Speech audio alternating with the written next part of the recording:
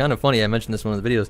It's closest to my actual kind of philosophy, because he thinks that the Jedi, by trying to soften everybody up and trying to do all these things, they make it a little bit too weak by denying themselves and trying to artificially pretend like they never have any feelings or emotions. Tenebrous had a funny view of the dark side, which was like that it's this motivating force. You should give into it. You should exert your will. It wasn't any sadisticness that I could see. It didn't seem like he was doing anything particularly evil.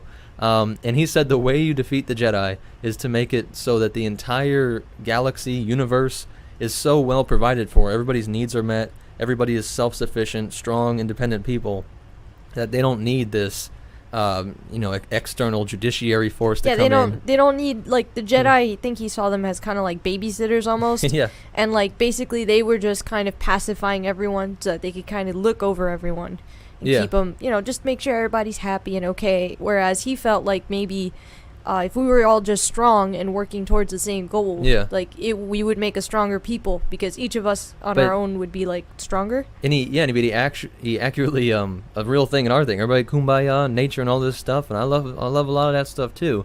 But it's like the sun's gonna eat the earth one day, man. Yeah. No matter what. No matter if you want to go full crazy, the most industrious civilization or the most peaceful, chilling in the woods civilization. The sun is going to swallow up the planet. Yeah, we the need to sun's apply going to eat ourselves. Coruscant and Endor. Yeah, well, I mean, in real life, too. Well, yeah. That's what I mean with Tenebrous. And so Tenebrous sees the dark side as a way to, that we should be exerting our will over nature in order to improve sentient life. Which I'm like, I agree with, man. And the Jedi feel like, no, man, you just got to let the universe do what you got to do, and it'll kill you off. And yeah, you're saying, so, like, Tenebrous saw it as, like, all right, the world, the system's going to end, and we need to find a new system. If we're strong enough to figure out a way to survive with the system ending, or, like, I'm saying that, like, malaria isn't made by, like, big evil capitalists. Oh, well, yeah. Like, the nature wants to kill you. And so whereas the Jedi are trying to be pure with the will of the Force and just in a pure nature state. The Sith, and this is how it's supposed to be displayed. Like, they're too industrious sometimes. They're too crushing of people and motivating and all that stuff. But Tenebrous was a cool in between, where he's like, no, we need to make sure that intelligent people are solving the problems of the universe and not respecting nature. It's really mankind's thing. And I guess that's a good transition into the fact that the author made it so, for good or bad, a lot of Plagueis' stuff is based off of Nietzsche. But he literally says, we have to rise beyond good and evil. We got to be beyond good and evil. He says that exact term, beyond good and evil, multiple times.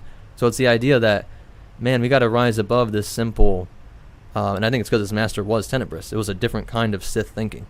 You can't just do this simple Jedi, everything's good, these flat, weak-inducing morality, and also this pure evil, weird, sadistic morality is kind of odd. Which is why it's hilarious that Plagueis would lead to Palpatine.